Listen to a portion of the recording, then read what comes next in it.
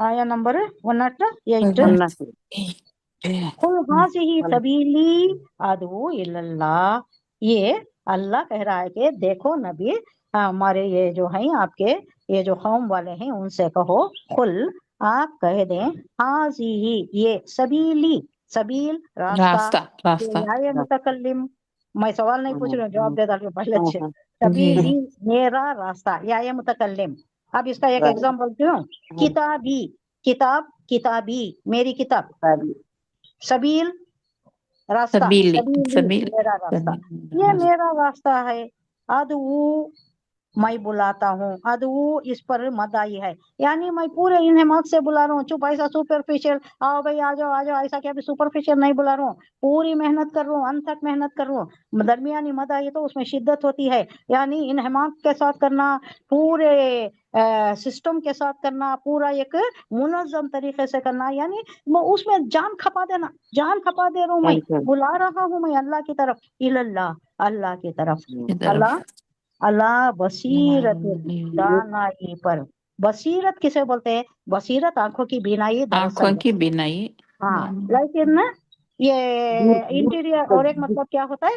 سمجھ، دانائی غور کرنا، سمجھنا، سمجھ بوجھ، دانائی کے مطابق. انا میں، وہ من تبانی میری پیروی، وہ سبحان اللہ اور اللہ پاک ہے، وما انا اور نہیں میں، من المشرکین. یہ لینگویج کا یہ ہے، آپ کو رواں ترجمہ بتاتی تھی.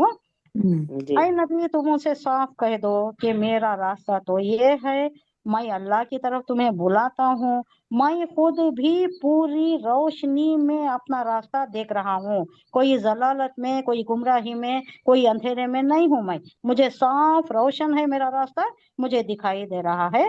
اور میرے ساتھی بھی، اور اللہ پاک ہے ہمارے ساتھ، ہمیں ہدایت دینے والا اللہ پاک ہے. میں بھی، میرے ساتھی بھی، یعنی جو بھی ایمان لا لیے تھے وہ سب بھی سیدھے راستے پر ہیں، یعنی ہمیں دیکھ کر تم بھی سدھر جاؤ. یہ کیا ہے؟ یہ یعنی ان باتوں سے پاک جو اس کی طرف منسوب کی جا رہی ہے.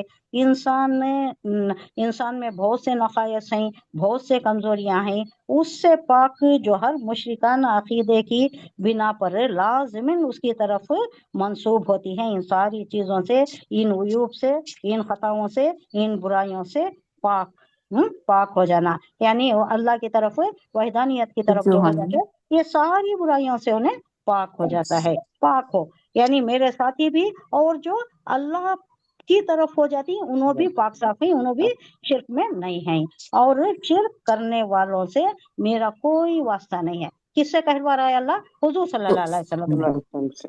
تم ان سے صاف کہہ دو کہ میرا راستہ تو یہ ہے. اب مان رہی نہیں نا، اب اسے کیا بولنا؟ آخری بات کیا بولنا؟ اچھا بھائی میرا راستہ یہ ہے، میں تو بلائے جا رہا ہوں، میں اپنا کام کیے جا رہا ہوں، تم آؤ آؤ تو تمہاری بھلائی ہے.